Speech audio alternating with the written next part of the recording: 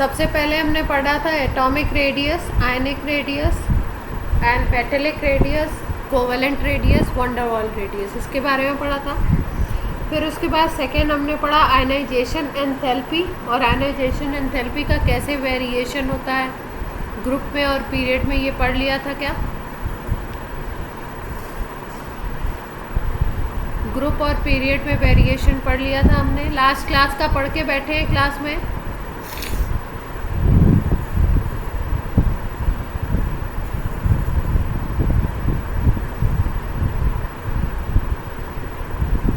Last class में जो भी हुआ हो उसको क्लास अटेंड करने से पहले, मेरी क्लास होने से पहले कम से कम उसको पढ़ के बैठा करिए, ठीक है? वैसे तो जिस दिन क्लास हुई हो उसी दिन पढ़ना चाहिए, नहीं भी पढ़ पाए तो क्लास के पहले ज़रूर पढ़ के बैठे। आज हम लोग थर्ड टॉपिक स्टार्ट कर रहे हैं, इलेक्ट्रॉन एफिनिटी और इलेक्ट्रॉन गेन एंथैल्पी।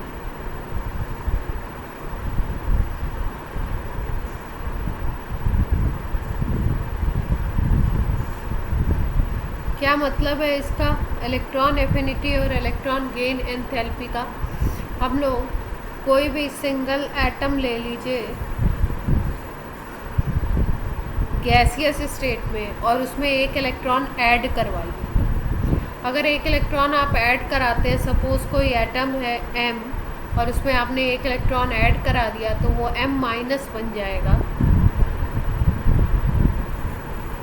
और इसमें आपको इस प्रोसेस में जितनी भी एनर्जी रिलीज़ हो या जितनी भी एनर्जी आपकी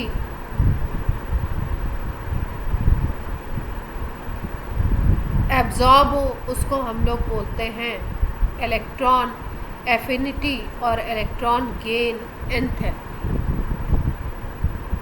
तो इलेक्ट्रॉन को आपको ऐड करना है सिंगल गैसियस एटम में, आप इलेक्ट्रॉन ऐड करेंगे और इलेक्ट्रॉन को जब आप ऐड करते हो तो इन जनरली एनर्जी रिलीज़ होती है।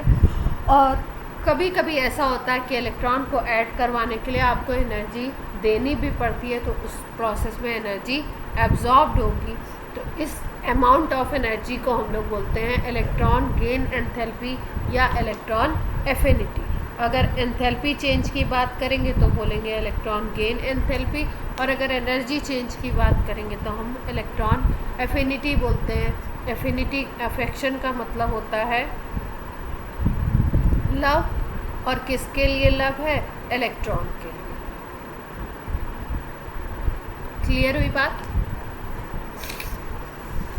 अब आपका अगर फर्स्ट इलेक्ट्रॉन ऐड होता है तो इलेक्ट्रॉन गेन एंथैल्पी 1 होगी, या हम इसको इलेक्ट्रॉन एफिनिटी 1 भी बोल सकते हैं।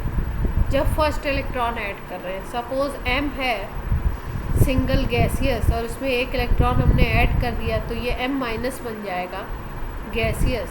इस प्रोसेस पे जो भी एंथैल्पी चेंज होगा उसको E1 बोलेंगे, इलेक्ट्रॉन गेन एंथैल्पी 1, या EA1 बोलेंगे उसको। लेकिन अब इस m माइनस में अगर आप एक और इलेक्ट्रॉन ऐड करते हो तो ये सेकेंड इलेक्ट्रॉन ऐड हो गया। जब सेकेंड इलेक्ट्रॉन ऐड करोगे तो इलेक्ट्रॉन गेन एंथैल्पी सेकेंड बोलेंगे उसको, E2 और EA2, और ये m माइनस से m माइनस 2 बन जाए। थर्ड अगर कोई इलेक्ट्रॉन, तीसरा इलेक्ट्रॉन अगर ऐड कर रहे हो आप तो उसको हम लोग बोलते हैं इलेक्ट्रॉन गेन एंथैल्पी 3 या EA3। इतनी बात क्लियर है?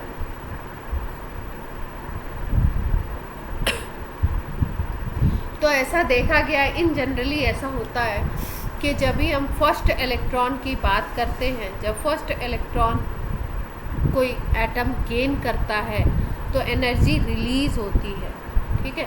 उस समय इलेक्ट्रॉन एफिनिटी पॉजिटिव बोली जाती है, एनर्जी रिलीज़ होती है। और अगर हम डेल्टा एच की बोलें तो एनर्जी और डेल्टा एच एंथैल्पी चेंज का साइन चेंज होता है, तो डेल्टा एच EG अगर हम बोलें तो वो निगेटिव आता है। लेकिन अगर हम सेकेंड इलेक्ट्रॉन को ऐड करवाते हैं तो होता क्या है कि उसके ऊपर निगेटिव चार्ज ऑलरेडी डेवलप हो चुका है, जैसे ये माइनस बन चुका है और माइनस पे आप एक और इलेक्ट्रॉन गेन करवाना चाहते हो, तो अब क्या करना पड़ता है, एनर्जी रिलीज़ नहीं होती है, आपको एनर्जी देनी पड़ती है, मतलब फोर्सफुली ये काम कराना पड़ता है, फोर्स लगाना पड़ता है, और फोर्स का मतलब आपको एनर्जी देना पड़ेगा। और जहाँ पे भी एनर्जी आप देते हो तो इसका मतलब फिर डेल्टा HEG यहाँ पे क्या हो जाता है, पॉजिटिव हो जाता है, वो सिस्टम एनर्जी को एब्जॉर्ब। क्लियर है बात? अब एफिनिटी ज़्यादा किसकी होगी, एफिनिटी कौन कौन से फैक्टर्स से डिपेंड करेगी, उसकी हम लोग बात कर रहे हैं। तो इसमें जैसे पहला फैक्टर दिया हुआ है साइज़, इसका मतलब रेडियस की बात हो रही है। रेडियस अगर इंक्रीज़ कर रहा है तो EA डिक्रीज़ कर रहा है, इलेक्ट्रॉन एफिनिटी डिक्रीज़ कर रही है, मतलब अपोजिट चल रही है। क्या बात क्या है इसमें? इसमें बात यह है कि जैसे जैसे आप रेडियस बढ़ाते जाओगे, जैसे मान लो ये न्यूक्लियस है, इसका रेडियस ये है, ठीक है। अब आपने क्या किया, अगर कोई एटम ऐसा है जिसका रेडियस बढ़ जाता है, ठीक है, ये नया रेडियस बन जाता है। तो यहाँ से यहाँ तक जाने में अगर रेडियस इंक्रीज करता है तो होता क्या है कि अब जो नया इलेक्ट्रॉन आएगा, इलेक्ट्रॉन आप ऐड कर रहे हो, अब जो नया इलेक्ट्रॉन आएगा, भाई इलेक्ट्रॉन ऐड कैसे होता है, न्यूक्लियस उसके ऊपर फोर्स ऑफ अट्रैक्शन लगाता है।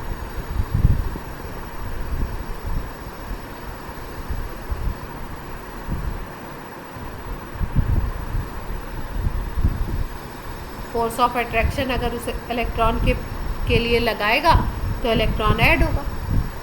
अब होता क्या है कि रेडियस जैसे जैसे बढ़ती जाती है, ये डिस्टेंस बढ़ता जाएगा, तो डिस्टेंस जैसे जैसे बढ़ता है वैसे वैसे फोर्स ऑफ अट्रैक्शन कम होता है।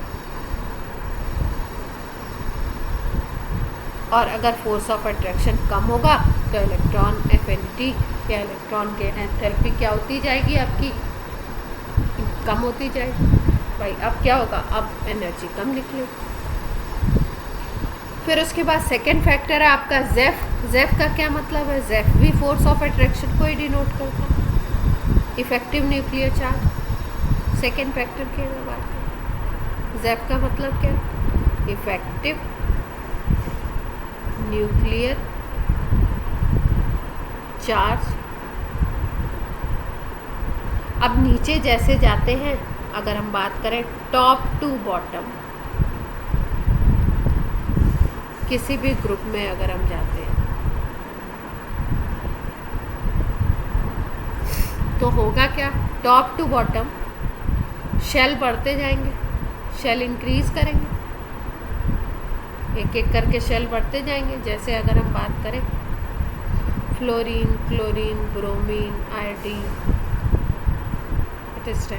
इसमें बात करें तो इसमें 2 शेल्स हैं, इसमें 3 हो गए, इसमें 4 हो जाएंगे, इसमें 5 हो जाएंगे। इस तरीके से शेल का नंबर क्या होता है, बढ़ता जाता है, इंक्रीज करता है। जैसे जैसे शेल बढ़ता वैसे वैसे टॉप टू बॉटम जब हम आते हैं तो क्या होता है, रेडियस इंक्रीज करती है। और रेडियस जब इंक्रीज करेगी तो रेडियस इंक्रीज करती है तो जेफ क्या होता है, इफेक्टिव न्यूक्लियर चार्ज डिक्रीज करेगा। और इफेक्टिव न्यूक्लियर चार्ज जब डिक्रीज करेगा मतलब फोर्स ऑफ अट्रैक्शन आपका क्या होगा, कम होगा। फोर्स ऑफ अट्रैक्शन जब कम होता है तो क्या होगा, ये आपका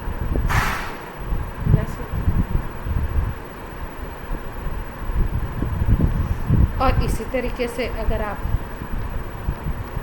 लेफ़्ट टू राइट जाते हो, लेफ़्ट टू राइट का क्या मतलब है, किसी एक पीरियड की बात कर रहे हो, विद इन पीरियड मूव करते हैं। तो पीरियड में हम क्या ध्यान रखते हैं कि शेल का नंबर नहीं बढ़ता, शेल नंबर कांस्टेंट रहता है।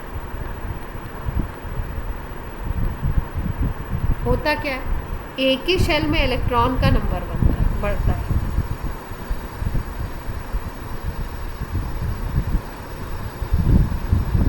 मोर एंड मोर इलेक्ट्रॉन्स, जैसे अगर हम बात करें लेफ़्ट टू राइट में थर्ड पीरियड की बात करें, तो थर्ड पीरियड की जैसे ही आप बात करोगे, थर्ड पीरियड स्टार्ट होता है सोडियम से।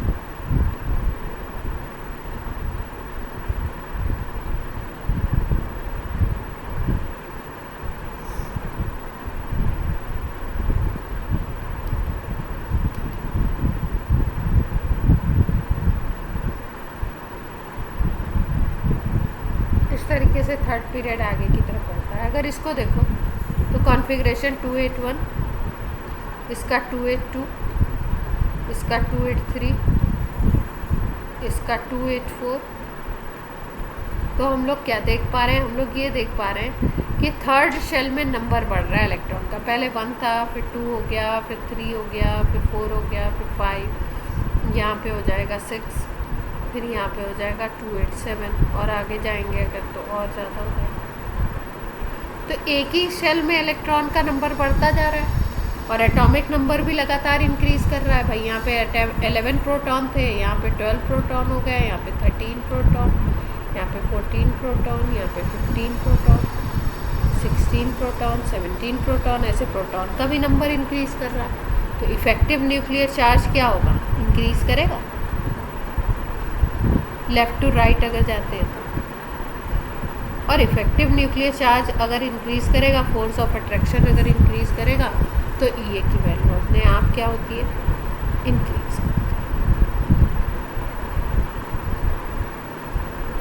तो जैसे जैसे कहने का मतलब क्या है? कहने का मतलब ये है कि रेडियस के अपोजिट चलते हैं। अगर हम बात करें तो रेडियस के अपोजिट कौन कौन चलता है? रेडियस के अपोजिट आयनाइजेशन पोटेंशियल भी चलेगा, रेडियस के अपोजिट इलेक्ट्रॉन गेन एंथैल्पी भी चलेगा। और इसके बाद हम लोग पढ़ने वाले हैं रेडियस के अपोजिट इलेक्ट्रोनेगेटिविटी भी चलता है, EN बोलते हैं इसको। मतलब अगर रेडियस बढ़ रहा है तो क्या होगा? ये चीज़ें घटेंगी, और अगर ये चीज़ें आपकी डिक्रीज़ कर रही है तो इसका मतलब डेफिनेटली रेडियस क्या होगा? In general. एक्सेप्शन हर जगह होते हैं, तो एक्सेप्शन के बारे में हम लोग बात करेंगे बाद में। पहले हम लोग इन जनरल क्या ट्रेंड चलता है उसकी बात करें। क्लियर है ऐसी बात?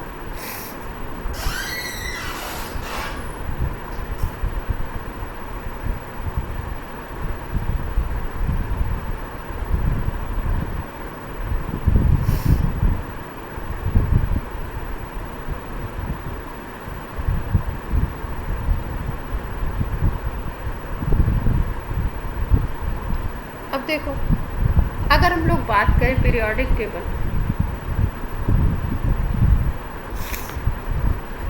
तो पूरी जो पीरियोडिक टेबल है ना, इस पूरी पीरियोडिक टेबल में सबसे ज़्यादा हाईएस्ट इलेक्ट्रॉन एफिनिटी और इलेक्ट्रॉन गेन एंथैल्पी सबसे ज़्यादा किसकी होती है? वो होती है क्लोरीन। कई बार क्वेश्चन पूछा गया, हाईएस्ट इलेक्ट्रॉन गेन एंथैल्पी किसकी होती है? क्लोरीन। दूसरी चीज़ क्या देखी जाती है? दूसरी चीज़ ये देखी जाती है कि अगर हम कंपेयर करें सेकेंड पीरियड और थर्ड पीरियड, मतलब कोई भी ऐसा एग्जांपल लें, जैसे फ्लोरीन है, क्लोरीन है, ब्रोमीन है, आयोडीन है। तो फ्लोरीन आता है सेकेंड पीरियड में, क्लोरीन आता है थर्ड पीरियड में।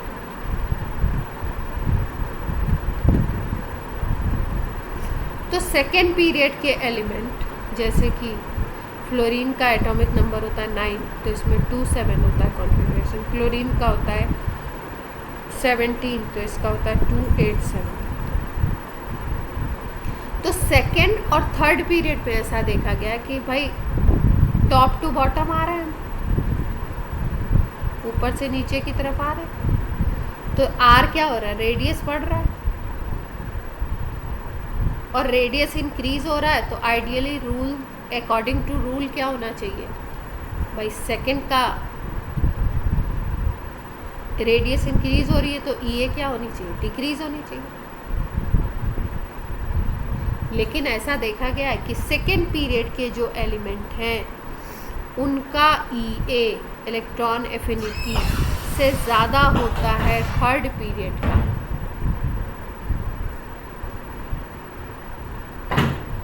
सेकेंड पीरियड एलिमेंट की कम होती है और थर्ड पीरियड एलिमेंट की ज़्यादा होती है। हाँ,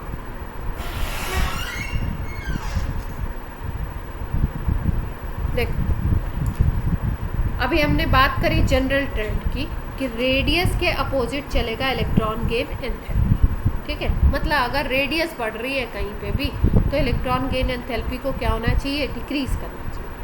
इतना क्लियर है। अब अगर सेकेंड पीरियड का कोई एलिमेंट है, सपोज फ्लोरीन ले लिया हमने, और थर्ड पीरियड का एलिमेंट है क्लोरीन, तो ये सेकेंड पीरियड का है तो ये ऊपर है और ये थर्ड पीरियड का है तो नीचे है। तो ऑब्वियस सी बात है, नीचे जाओगे तो रेडियस बढ़ेगी। तो रेडियस जो थर्ड पीरियड वाले की है वो ज़्यादा होगी रेडियस सेकेंड पीरियड वाले से। या आप ऐसे कह सकते हो कि रेडियस क्लोरीन की ज़्यादा होगी रेडियस फ्लोरीन से। अब जिसका रेडियस ज़्यादा उसका इलेक्ट्रॉन एफिनिटी क्या होना चाहिए, कम आना चाहिए, क्योंकि अपोजिट चलते हैं। रेडियस मोर, अगर दो को कंपेयर करो, रेडियस जिसका ज़्यादा है उसका EA क्या होना चाहिए, लेस होना चाहिए। लेकिन ऐसा इस केस में नहीं होता है। सेकेंड पीरियड की अगर बात करो और थर्ड पीरियड को कंपेयर करो तो रेडियस थर्ड पीरियड वाले का ज़्यादा है, लेकिन इलेक्ट्रॉन एफिनिटी भी इसी की ज़्यादा होती है।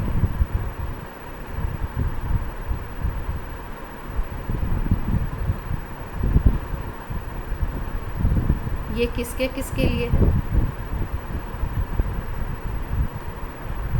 ये है आपका सेकेंड और थर्ड।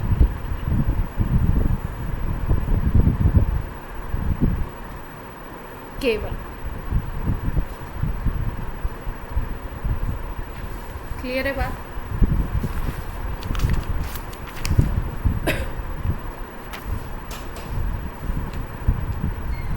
अब देखो, एक फैक्टर मैंने आपको बताया था, शील्डिंग इफेक्ट।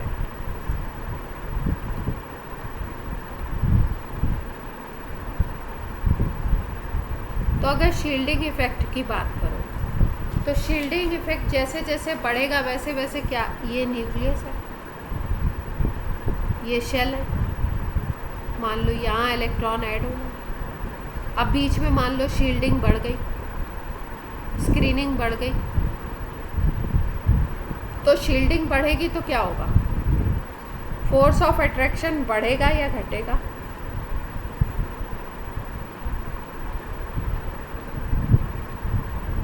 आंसर हाँ, शील्डिंग, जितने ज़्यादा इलेक्ट्रॉन अब शील्ड करना स्टार्ट करेंगे, शील्डिंग इफेक्ट अगर बढ़ता है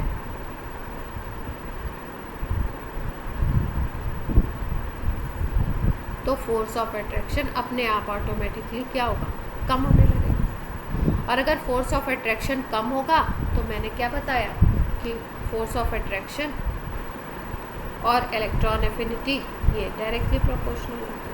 मतलब फोर्स ऑफ अट्रैक्शन अगर कम होगा तो आपकी इलेक्ट्रॉन एफिनिटी भी क्या होने लगेगी, कम होने लगेगी। तो इसका मतलब आप क्या कह सकते हो, ये कह सकते हो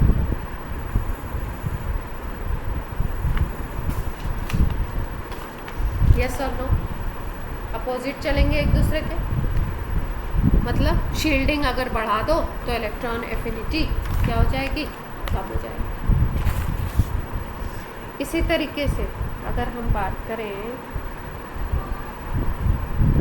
स्टेबल और नॉन स्टेबल सिस्टम में कंपेयर करें,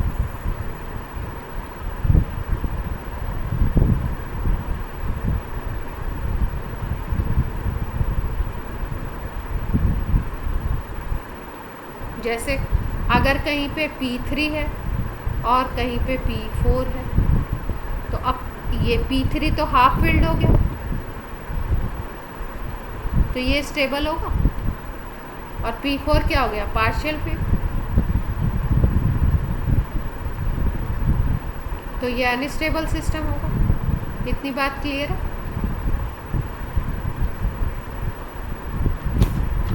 अब अगर इसको देखा गया तो ऐसा देखा गया कि अगर इनको देखो हाफ फील्ड को, या अगर आपको कहीं पे फुल फील्ड मिल जाए तो ये स्टेबल ज़्यादा होते हैं। तो स्टेबल ज़्यादा होते हैं तो इनको इलेक्ट्रॉन गेन करने की इनमें कोई टेंडेंसी होती ही नहीं है। तो इलेक्ट्रॉन अगर आपको गेन करवाना है, बेसिकली एफिनिटी का मतलब होता है अफेक्शन, है ना। तो कोई इलेक्ट्रॉन को गेन करना चाहेगा या नहीं चाहेगा उसके ऊपर ये डिपेंड करता है। तो अगर आपका स्टेबल सिस्टम है तो उसमें इलेक्ट्रॉन एफिनिटी नहीं होगी, वो इलेक्ट्रॉन लेना ही नहीं चाहेगा। लेकिन अगर अनस्टेबल सिस्टम है तो वो इलेक्ट्रॉन को गेन करना चाहेगा, तो वहाँ पे आपको एफिनिटी दिखाई देगी। तो यहाँ पे अगर इस तरीके के सिस्टम है स्टेबल वाले, तो वहाँ पे ई क्या होगा, या तो बहुत कम होगा या कई बार ज़ीरो भी होगा।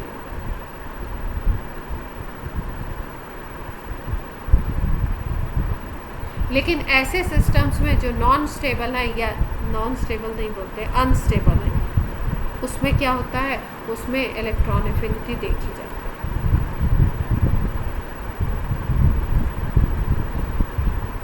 क्लियर?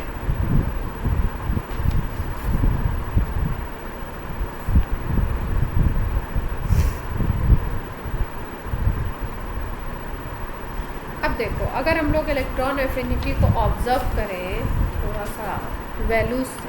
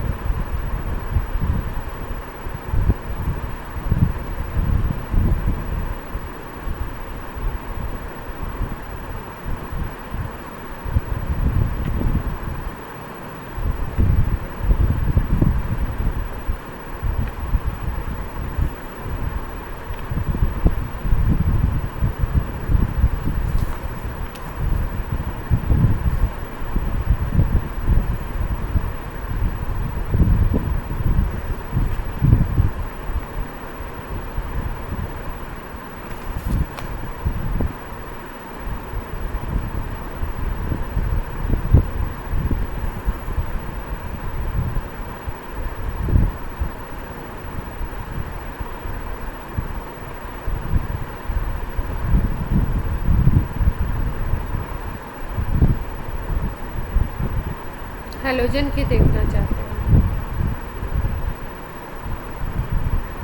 हैलोजन बिल्कुल राइट साइड में आता है ना, इसलिए इसकी इलेक्ट्रॉन एफिनिटी को देखना चाहते हैं। देखो, सब लोग देख पा रहे हैं।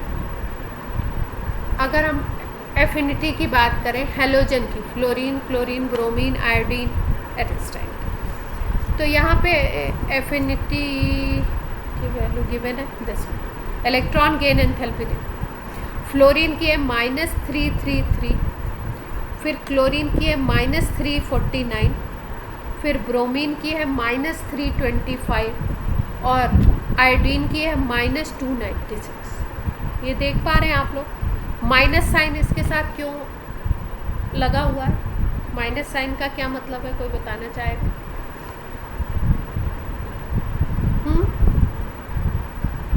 एनर्जी रिलीज हो रही है, इसलिए ये माइनस साइन है। इलेक्ट्रॉन गेन एंथैल्पी है, गेन हो रहा है और एनर्जी रिलीज हो रही है, इसलिए ये माइनस साइन। ठीक है, अब देखो, फ्लोरीन की 333 है और क्लोरीन की क्या हो गई 349 हो। फिर उसके बाद रेगुलर ट्रेंड चल रहा है। रेगुलर ट्रेंड का मतलब क्लोरीन से अगर ब्रोमीन पे हम जाते हैं तो रेडियस बढ़ रहा है, और रेडियस बढ़ रहा है तो इसकी वैल्यू क्या हो रही है, डिक्रीज़ कर रही है। 349 से 325 हो गया। फिर अगर हम लोग ब्रोमीन से सीधे जाते हैं आयोडीन पे, तो आयोडीन का साइज़ क्या होता है, आयोडीन का साइज़ और बड़ा होता है ब्रोमीन के कंपैरिजन में। साइज़ बढ़ रहा है और इसकी वैल्यू क्या हो रही है, कम हो रही है। तो यहाँ पे तो रेगुलर ट्रेंड दिखता है। लेकिन अगर फर्स्ट फ्लोरीन और क्लोरीन की बात करो तो फ्लोरीन की रेडियस कम है और क्लोरीन की रेडियस ज़्यादा है, तो यहाँ पे इलेक्ट्रॉन एफिनिटी कम होनी चाहिए थी, लेकिन ऐसा नहीं होता। ये सेकेंड पीरियड का है और ये थर्ड पीरियड का है। तो सेकेंड और थर्ड में ऐसा देखा जाता है कि थर्ड पीरियड का जो एलिमेंट है उसकी इलेक्ट्रॉन एफिनिटी हमेशा ज़्यादा रहती है सेकेंड पीरियड के एलिमेंट्स। क्लियर है बात? और अगर हम पूरी पीरियोडिक टेबल में चेक करें तो पूरी पीरियोडिक टेबल में हाईएस्ट होती है इस क्लोरीन। यही चीज़ अगर हम लोग सल्फ़र और ऑक्सीजन में देखना चाहें, सल्फ़र ऑक्सीजन में भी यही चीज़ आपको देखने को मिलेगी। देखते हैं एक्चुअली कोई डेटा अगर आप देखते हो, टैली करते हो, तो आपका जो एग्ज़ाम है ना वो एनसीईआरटी को फॉलो करता है ना। तो आप किसी भी बुक को पढ़ रहे हो, आपके पास रिफ्रेशर कोई भी हो, अगर आपको डेटा कोई देखना तो आपको इससे ही देखना है, क्योंकि अगर कोई क्वेश्चन आता है डेटा वाइज तो इसको ही फॉलो करेंगे। तो यहाँ पे अगर हम देखें ऑक्सीजन और इलेक्ट्रॉन गेन एंथैल्पी की बात करें, ऑक्सीजन की देखिए -141 है और सल्फ़र की सीधे कितनी हो गई -200, जबकि ऑक्सीजन से सल्फ़र का रेडियस सल्फ़र का ज़्यादा है तो होनी चाहिए थी कम आइडियली, लेकिन यहाँ पे कितना हो गया 200। और फिर उसके बाद फिर डिक्रीज़ होगा, फिर 195, फिर 190, फिर 174। यहाँ पे रेडियस इंक्रीज़ कर रहा है और इलेक्ट्रॉन एफिनिटी क्या हो रही है, डिक्रीज। क्लियर है बात। तो जितने भी ग्रुप्स को हम लोग ऑब्जर्व करेंगे वहाँ पे क्या होगा, इलेक्ट्रॉन एफिनिटी सेकेंड पीरियड वाले की आपकी कम होगी और थर्ड पीरियड वाले की ज़्यादा होगी। बट बाई रूल होना क्या चाहिए था, बाई रूल ये होना चाहिए था कि सेकेंड का रेडियस कम है, थर्ड का रेडियस ज़्यादा है, तो होना ये चाहिए था कि वहाँ पे सेकेंड की थर्ड पीरियड वाले की कम होनी चाहिए थी और सेकेंड वाले की ज़्यादा होनी चाहिए। क्लियर है सबको। अब जैसे जैसे हम लोग अगर हम बात कर रहे थे यहाँ पे इनकी, अब अगर हम लोग आ जाए सीधे 18 ग्रुप पे, 18 ग्रुप में आते हैं अपने कौन कौन से एलिमेंट आते हैं, कौन बताएगा, इनर्ट गैस वाले।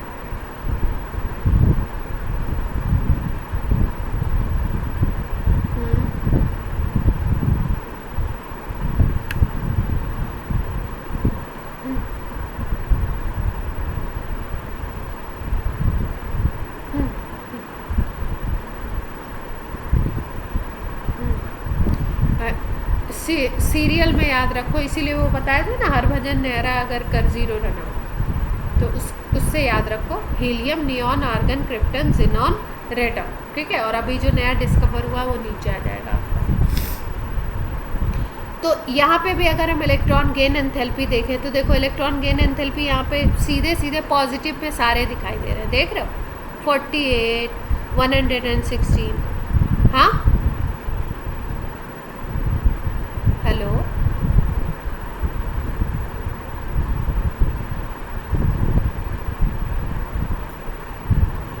सेवेंथ पीरियड में क्या कह रहे हो, क्या कह रहे हो?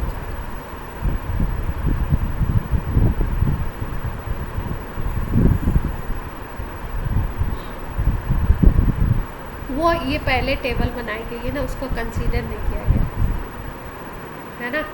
और बहुत सारे ऐसे आपके अभी बाद में जो डिस्कवर हुए हैं उनको अभी इसमें कंसीडर ही नहीं किया गया, जगह ही नहीं मिल रही। ये देखो इलेक्ट्रॉन गेन एंथैल्पी की बात कर रहे हैं, यहाँ देखो माइनस साइन उड़ गया, देख पा रहे हो, माइनस साइन नहीं है चीज़ वही। यहाँ पे 48 है, फिर उसके बाद 116 हो गई, फर्स्ट की सेकंड से ज़्यादा है, और फिर उसके बाद धीरे धीरे डिक्रीज़ होगा। यहाँ पे देखो इक्वल अप्रॉक्स नहीं, इक्वल ही है, 96, फिर 77, फिर 68, यहाँ तक तो डिक्रीज़ हो रहा है, यहाँ पे कांस्टेंट है, यहाँ पे आपका इंक्रीज़ हो रहा है, वो बात सही है। लेकिन यहाँ पे देखो प्लस साइन आ गया, प्लस साइन का क्या मतलब है,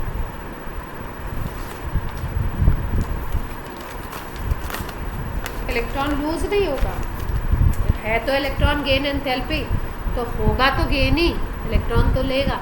लेकिन क्योंकि ये इनर्ट गैसेस हैं तो इनको अगर आपको इलेक्ट्रॉन देना है तो that is very tough process, इसमें इलेक्ट्रॉन रिलीज़ नहीं होगा, इनका कॉन्फ़िगरेशन कंप्लीट है, इनको इलेक्ट्रॉन चाहिए ही नहीं, तो इसलिए क्या होगा, आपको एनर्जी देनी पड़ेगी। समझ आ रही है बात। और कभी भी अगर एनर्जी आपको देनी पड़ेगी तो ये वैल्यू को हम लोग कैसे लेंगे, पॉजिटिव। क्लियर।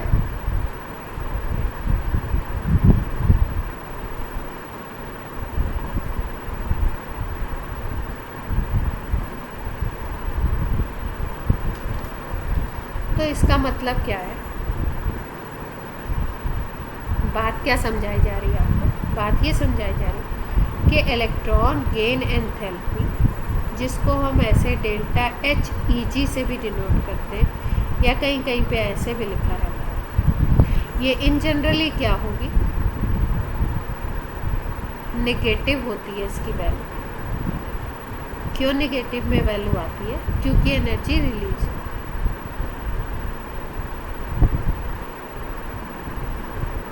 लेकिन अगर हम ये केस ले लें किसका, इनर्ट गैस, तो इनर्ट गैस में क्या चेंज आता है? इनर्ट गैस में ये जो डेल्टा एच ई जी होता है, ये क्या आता है? पॉजिटिव। क्यों पॉजिटिव आता है? क्योंकि इनर्ट गैस का जो कॉन्फ़िगरेशन होगा वो क्या होगा? स्टेबल होगा। भाई तुम हीलियम की बात कर लो तो हीलियम में एक ही शेल है, 2 इलेक्ट्रॉन। नियॉन की बात कर लो तो नियॉन में होता है 2 8। ऑर्गन की बात कर लो तो ऑर्गन में होता है 2 8 8। तो इनके 8 इलेक्ट्रॉन कंप्लीट है, हीलियम में डुप्लेट कंप्लीट है, इसमें 8, इसमें 8, सब में 8 इलेक्ट्रॉन कंप्लीट है। तो आउटर शेल अगर कंप्लीट है तो उसको कुछ ना तो इलेक्ट्रॉन देना है ना इलेक्ट्रॉन लेना है, इसीलिए तो इनर्ट बोला ही जाता है, बहुत कम रिएक्ट करते हैं। तो इसको कोई एफिनिटी नहीं है इलेक्ट्रॉन के लिए। तो अगर आपको इसको इलेक्ट्रॉन देना है, मतलब कि किसी का भी अगर कोई नेचर है, तो उस नेचर के अकॉर्डिंग अगर आप काम करोगे तो आपको ज़्यादा फोर्स नहीं करना पड़ता उसको। लेकिन अगर किसी का नेचर है, मान लो किसी का नेचर है आपको लड़ाई झगड़ा करने का, और उसको बोल दिया जाए कि कोई मैटर है, कोई बात हो रही है, वहाँ पे तुमको चुपचाप बैठना है, तुमको लड़ाई झगड़ा नहीं करना, तो आपको क्या करना पड़ेगा? पहले से उसको समझाना पड़ेगा, पहले से उसको कुछ लालच देना पड़ेगा। समझ आ रही बात? तो ऐसे ही इनर्ट गैस के केस में होता है। इनर्ट गैस का ऑक्टेट अपने आप कंप्लीट है, उसको चाहिए ही नहीं इलेक्ट्रॉन, ना देना है ना लेना है। तो उसका नेचर कैसा है? उसको नहीं लेना है।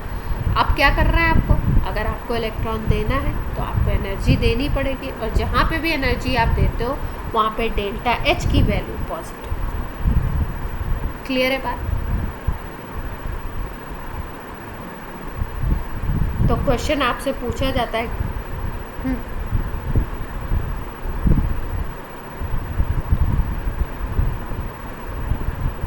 हाफ फिल्ड होता है तो हाफ फील्ड होता है, ठीक है, लेकिन वो अगर आप दो को कंपेयर करोगे उसमें नहीं पॉजिटिव आएगा। देखो अभी डेटा दिखाते हैं,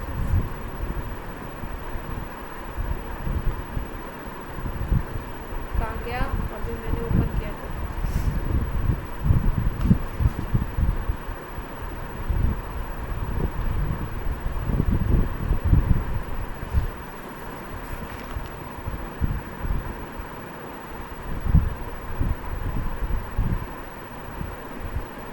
स्टार्टिंग में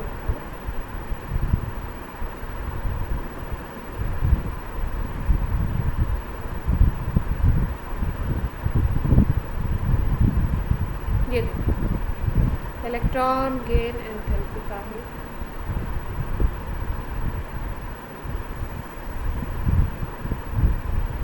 गिवन नहीं है।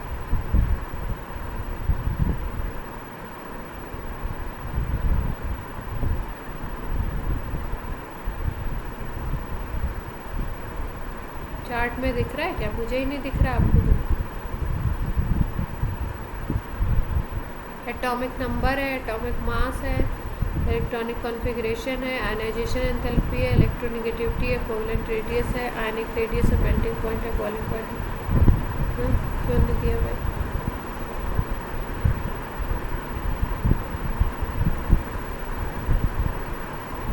इलेक्ट्रॉन गेन करके बॉन्ड नहीं बनाता।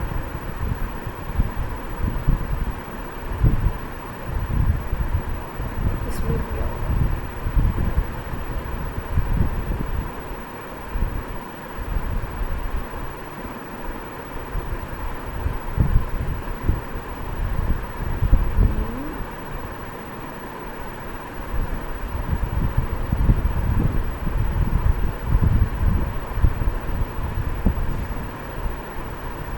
स्किप कर दिया इस पार्ट को, क्यों भाई? थ्योरी में भी नहीं है। गेन तो करता ही है ऐसा तो, n-3 टेंडेंसी बहुत कम है। देखो नाइट्रोजन थोड़ा सा कहाँ पे आ जाता है, क्यों नहीं दिया रीज़न इसका, सोचते हैं। हाँ, नेट पे क्या वैल्यू दी हुई है, वैल्यू बता दो।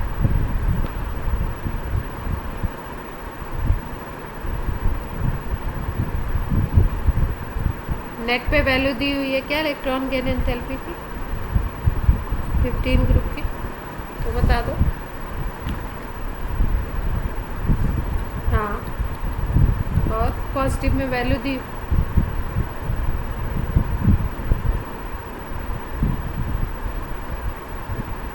वैल्यू डाल दो EGE ऑफ 15 ग्रुप आ जाएगा सीधा।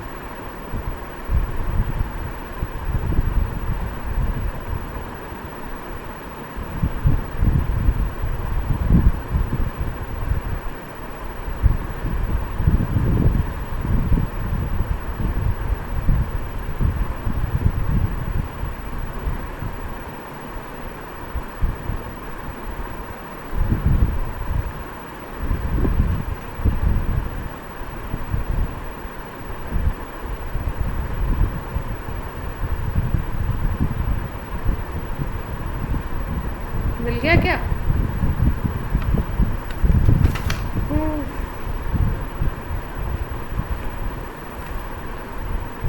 नहीं मिल रहा है? अच्छा, अगर पॉजिटिव है इसका, ठीक है, इसका डेटा अगर पॉजिटिव है, 0 दे रखा है। नहीं, इलेक्ट्रॉन गेन तो करता है, n-3 बनाता है ना। 0 तो इनर्ट गैसेस के लिए होता है।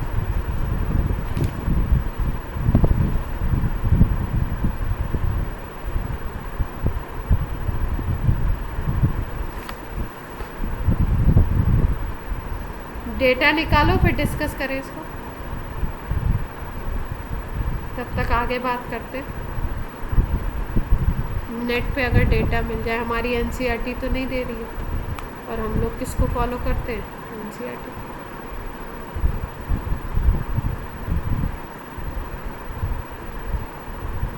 आयुष,